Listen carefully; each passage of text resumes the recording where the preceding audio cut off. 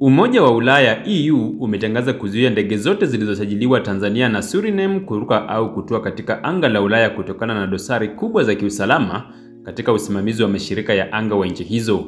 Hatua hii imechukuliwa baada ya Tume ya Ulaya kusasisha orodha yake ya usalama wa anga inayojumuisha mashirika ya ndege ambayo hayaruhusiwi kufanya kazi katika eneo la EU kutokana na kutotimiza viwango vya kimataifa vya usalama wa safari za ndege.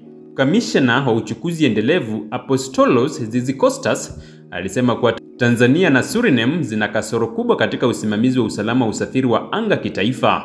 Tunahimiza nchi zote mbili kushughulikia matatizo haya haraka iwezekanavyo, alisema Zizikostas. Marufuku hii inajumuisha mashirika yote ya ndege yaliyoidhinishwa na Tanzania, ikiwemo shirika la Air Tanzania ambalo sasa halitaweza kufanya safari za moja kwa moja au kwa njia ya kuunganisha ndani ya mataifa ya Umoja wa Ulaya.